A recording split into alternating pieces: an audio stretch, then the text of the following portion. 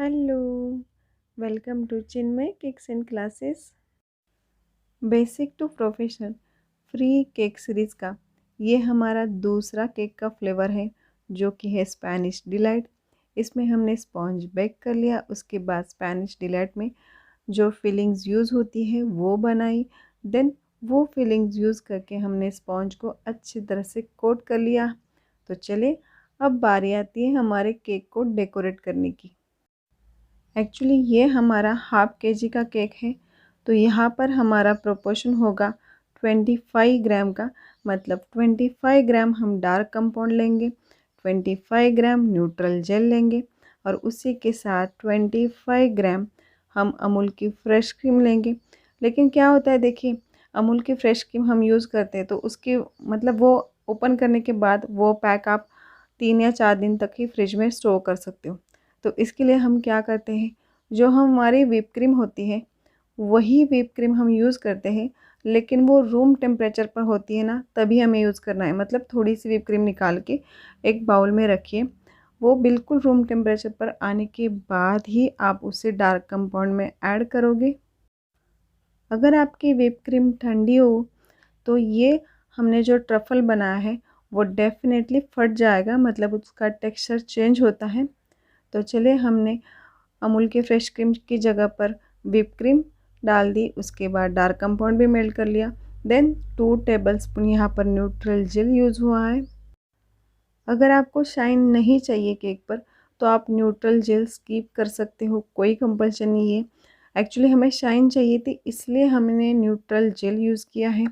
इसे अच्छी तरह से पहले तो स्टर कीजिएगा ताकि लम्स बिल्कुल भी ना रहे।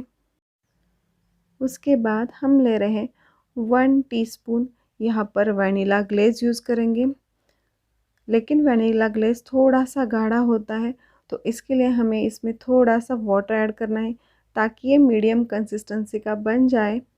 एक्चुअली ये ज़्यादा फ्लोई मत बनाइएगा, सिर्फ मीडियम कंसिस्टेंसी आने तक ही आपको इसे नॉर्मल वाटर इसमें ऐड करना है। देखिए, हमने चॉकलेट ट्रफ़ल बनाया, उसके बाद इस तरह से वनीला ग्लेज़ का मिश्रण भी तैयार कर लिया। लेकिन जब भी आपको केक पर ये पोर करना है, उससे पहले आपको पैलेट नाइफ रेडी करके रखना पड़ेगा। हमने कहा है कि आपको 15 अलग-अलग फ्लेवर सिखाए जाएंगे केक के, और उसी के साथ 15 टाइप के अलग-अलग, मतलब 15 टाइप के अलग-अलग आपको डेकोरेशंस भी दिखाए जाएंगे, सिखाए जाएंगे। तो चले, यहाँ पर हमने वनीला ग्लेज़ थोड़ा सा फ्लोई बनाया, मतलब मीडियम कंसिस्टेंसी का बनाया। उसके बाद हमने पैलेट नाइफ रेडी करके रखा है। अब जो हमने चॉकलेट ट्रफ़ल बनाया है, पहले तो हम उसे स्ट्रेनर की मदद से छान लेंगे ताकि छोटे-छोटे जो पार्टिकल्स रहते हैं डार्क कंपाउंड की, वो भी अच्छी तरह से, मतलब स्मूथ हमें ट्रफ़ल चाहिए, इसलिए आपको स्ट्रेनर की ज़रूरत पड़ती है। हमारे सीरीज़ के 4th वीडियो में हमने दिखाया है कि अगर आप इसे स्ट्रेनर की मदद से अच्छी तरह से छान नहीं लेते तो आपके केक फिनिशिंग पे क्या इम्पैक्ट रह जाता है, वो हमने देखा। तो चलिए, अब इस बार हमने स्ट्रेनर की मदद से इसे अच्छी तरह से छान लिया है और हमारा स्पेनिश डिलाइट फ्लेवर में केक भी बिल्कुल रेडी है। यहाँ पर हमें स्मूथ फिनिशिंग नहीं चाहिए थी क्योंकि इस पर ट्रफ़ल पोर होने वाला था। ये केक हमने बिल्कुल चिल करके लिया है और हमारा ट्रफ़ल भी लुकवार्म है, मतलब गुनगुना है। तो चलिए, इसे अच्छी तरह से पहले तो पोर कर लेंगे। अगर आपका ट्रफ़ल ठंडा हो चुका है तो वो गाढ़ा बन जाएगा, तो ये अच्छी तरह से फ़्लो नहीं होगा, और ज़्यादा पतला है तो ये पूरा का पूरा फ़्लो होके बहुत ज़्यादा वेस्ट जाएगा। तो इसकी मीडियम कंसिस्टेंसी होनी चाहिए और ये पोर करते टाइम लुकवार्म होना चाहिए। चलिए, अब हम क्या करेंगे, हमारा पैलेट नाइफ हो थोड़ा सा ओपन रखेंगे और इस तरह से ट्रफ़ल को अच्छी तरह से स्प्रेड कर लेंगे। लेकिन आपको ये प्रोसीजर बहुत ही जल्दी करनी है क्योंकि हमने पैलेट नाइफ पर वनीला ग्लेज़ लिया है, उसे अच्छी तरह से हमें इसे स्प्रेड करना है।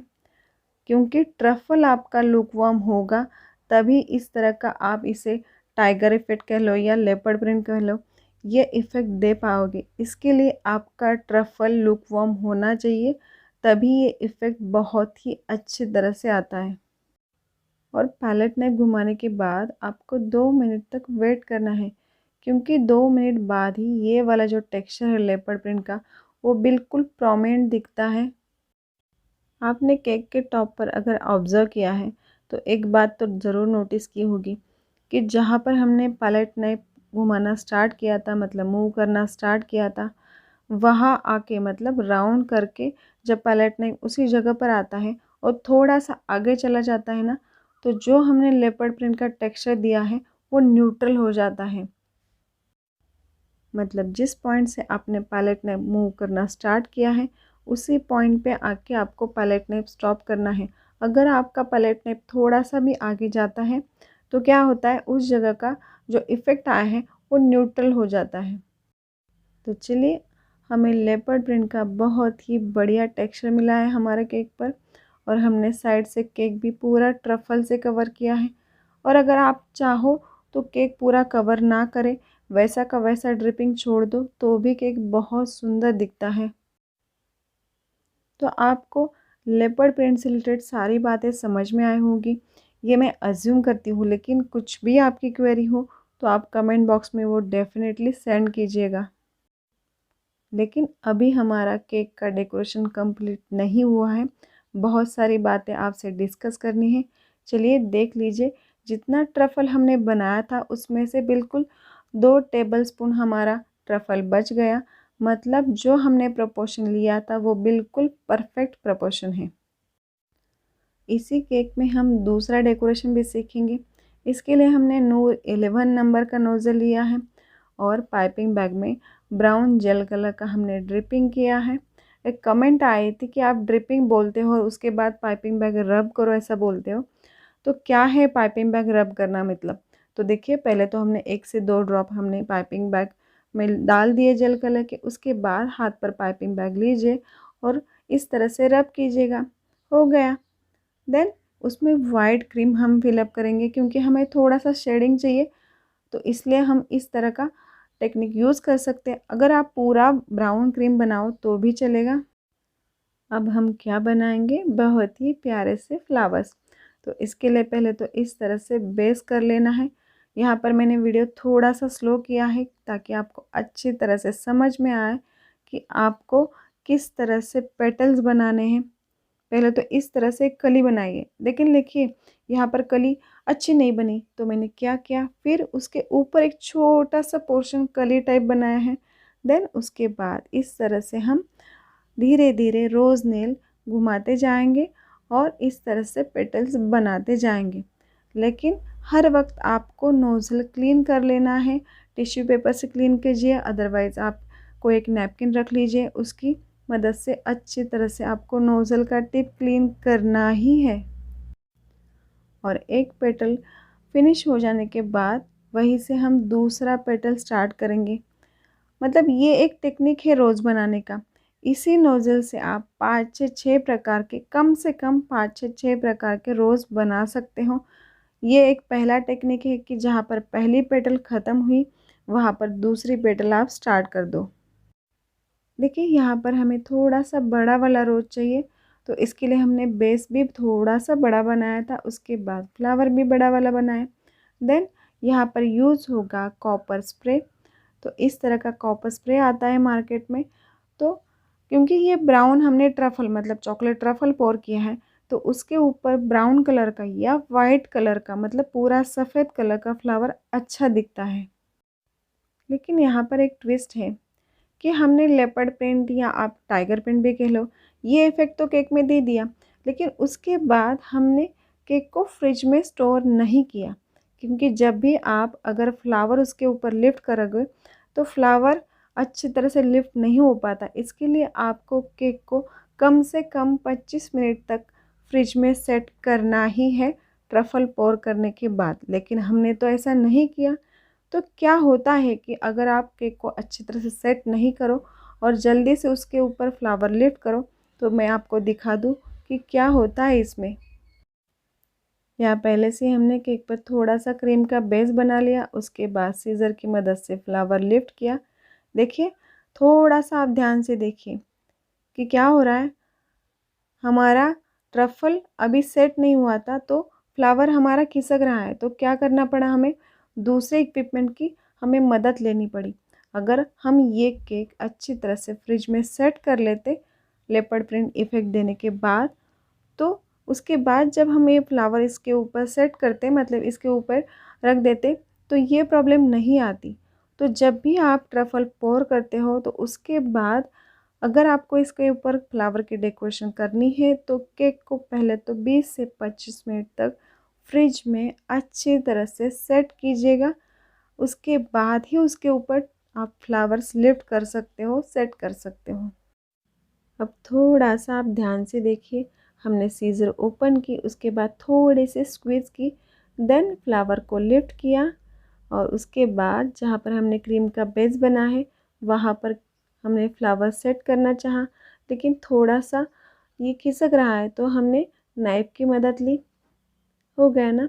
प्रैक्टिस से ये बातें आपको अच्छी तरह से समझ में आएगी, लेकिन केक को सेट कीजिएगा, उसके बाद ही फ्लावर लिफ्ट कीजिएगा, तो बहुत बढ़िया तरीके से फ्लावर्स लिफ्ट हो जाते हैं। चलिए और एक टेक्निक आपको सिखाते हैं। ये रहा हमारा बच्चों का मैगी खाने वाला, नूडल्स खाने वाला फ़ोर्क। तो इस फ़ोर्क से तो बिल्कुल ईज़िली ये लिफ्ट हो जाता है, तो हमारे सीज़र की, मतलब हमें कैंची की ज़रूरत ही नहीं पड़ती। 2 फ़ोर्क लीजिए और इस तरह से आसानी से फ्लावर लिफ्ट कीजिएगा।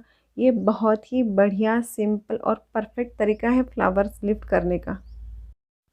ये हमारा हाफ़ केजी का केक है। हाफ़ केजी के लिए केक के लिए अगर आप सिंगल फ्लावर बनाओगे और साइड से थोड़े से ब्राउन कलर के लाइंस बनाओ तो ज़्यादा बेटर लगता, लेकिन यहाँ पर मुझे आपको ये सारी टेक्निक्स बतानी थी, सिखानी थी, तो इसलिए हमने 3 फ्लावर्स बनाए। उसके बाद जहाँ पर हमने क्रीम का बेस किया था फ्लावर्स लिफ्ट करने के लिए, तो वो तो बेस हमें हाइड करना है, तो इसके लिए हमने पाइपिंग बैग को वी शेप में कट दिया, उसमें व्हिप क्रीम फिलअप की और इस तरह से हम पत्तों की डिज़ाइन बना रहे हैं। अगर आप ये नहीं चाहते तो 21 नंबर का आप नूर का नोज़ल लीजिए और इस तरह की भी छोटे छोटे फ्लावर्स बनाइए, क्योंकि हमें जो बैक साइड का जो बेस था वो हाइड करना था, इसलिए हमने ये टेक्निक यूज़ की। उसके बाद जितनी भी क्रीम हमारी बच गई उसमें हमने केक की बॉर्डर बना दी। देन अगर आप चाहो तो इस तरह के स्प्रिंकल्स भी यूज़ कर सकते हो, ये बिल्कुल एडिबल है, आप इसे खा सकते हैं। देन पाइपिंग बैग में हमने न्यूट्रल जेल ले लिया, उसमें पानी बिल्कुल नहीं यूज़ करना है और इस तरह से ड्रॉप्स बना रहे हैं, एज लाइक ए ड्रॉपलेट हमें ये स्ट्रक्चर देना है, मतलब लुक देना है, तो इसलिए आप न्यूट्रल जेल भी फ्लावर्स पर यूज़ कर सकते हो। हाफ केजी केक बनाने में हमने 250 ml क्रीम ली थी, तो देखिए उसमें से इतनी क्रीम हमारी बच गई है, मतलब जो हमने प्रोपोर्शन लिया है वो बिल्कुल परफेक्ट प्रोपोर्शन है, इससे आपका ज़्यादा वेस्टेज नहीं होगा, मतलब आपके केक की कॉस्ट बिल्कुल परफेक्ट रहेगी। अब बारी आती है कि हमारे स्पॉन्ज की टोटल कॉस्ट, मतलब मैन्युफैक्चरिंग कॉस्ट कितनी होगी और उसके बाद इस केक की सेलिंग प्राइस क्या होनी चाहिए। लेकिन देखिए ये सीरीज़ हमने आप लोगों के लिए डिज़ाइन की है, ये स्पेशली वुमेन एम्पावरमेंट के लिए डिज़ाइन की है, तो जितनी मेहनत मैं ले रही हूँ उतनी मेहनत तो आपको भी लेनी है। तो इस वीडियो के कमेंट बॉक्स में इस केक में जितना भी मटेरियल यूज़ हुआ है उसकी सारी इन्फॉर्मेशन मैं दे दूँगी। उसके बाद यहाँ पर कितनी कॉस्ट इस केक की होनी चाहिए, मतलब इसकी मैन्युफैक्चरिंग कॉस्ट कितनी होनी चाहिए, इस पर आप थोड़ा सा स्टडी कीजिएगा। डेफिनेटली मैं कमेंट बॉक्स में इसकी मैन्युफैक्चरिंग कॉस्ट आपको दे दूँगी, लेकिन थोड़ी मेहनत तो आपको भी करनी है।